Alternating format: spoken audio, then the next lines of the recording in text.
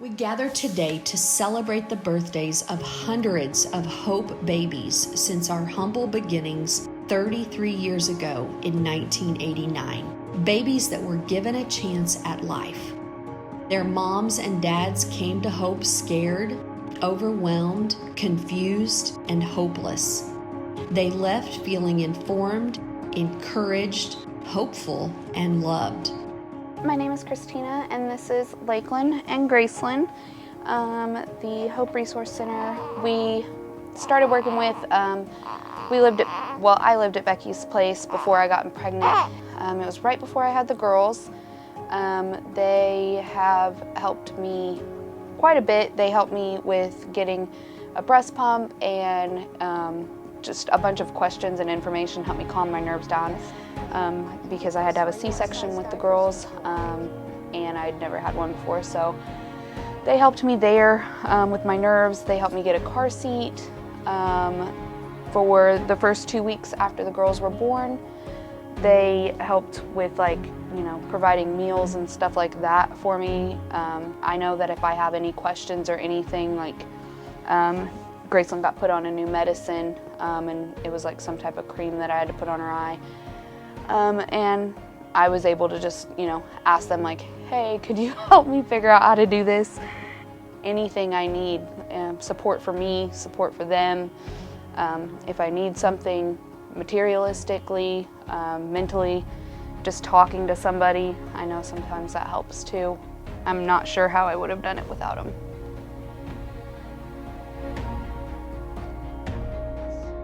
Sadly, since 1973, nearly 64 million babies were never given a chance at life.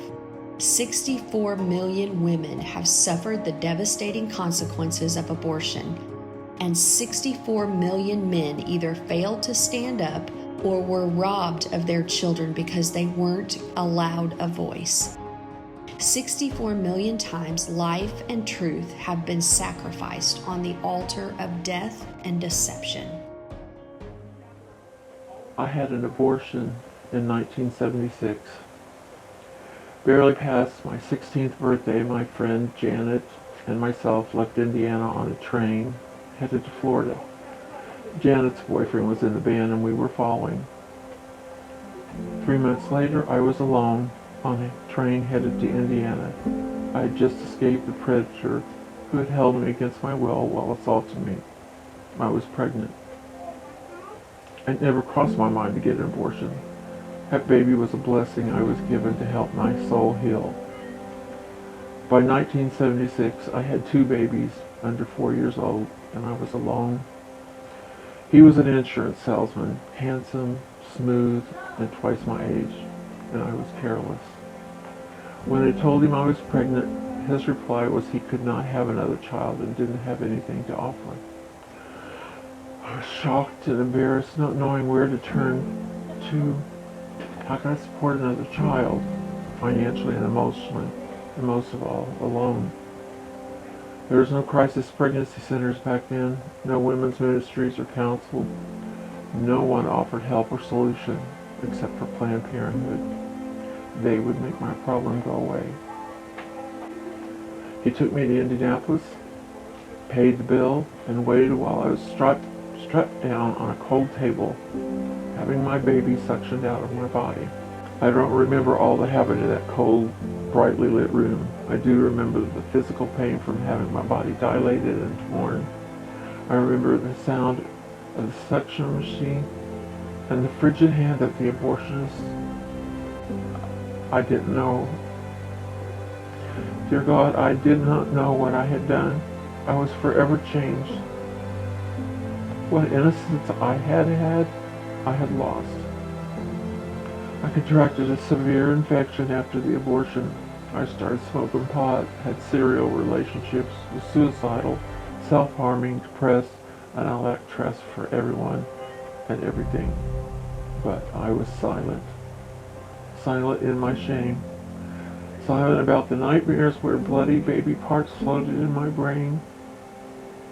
I did not know what I was doing. Dear God, I did not know. Life never gets back to normal after you've had an abortion. The nightmare doesn't end when your body heals, because your mind is forever imprinted with the failure, the bad mother, the person. But I stayed silent, silently screaming for relief. Don't judge her. She's done that already. Don't shame her.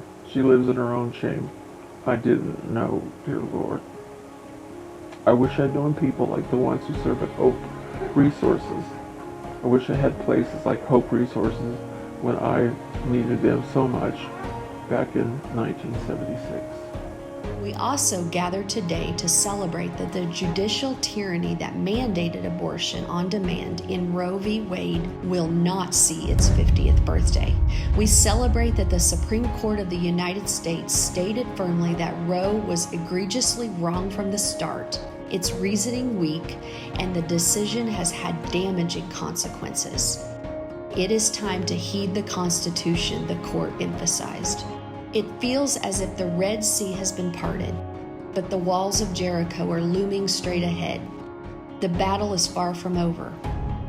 God has placed each of us in this place for such a time as this, to speak up for the most vulnerable, shed light on the darkness, and bring hope to the hopeless.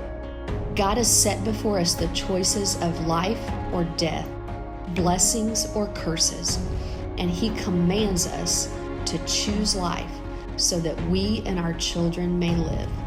While abortion clinics are scrambling to find loopholes in laws, stockpile abortion pills, and offer hotel and travel perks, we will continue doing what we've always done, speaking truth, serving fearlessly, and offering hope, help, and healing in the mighty name of Jesus.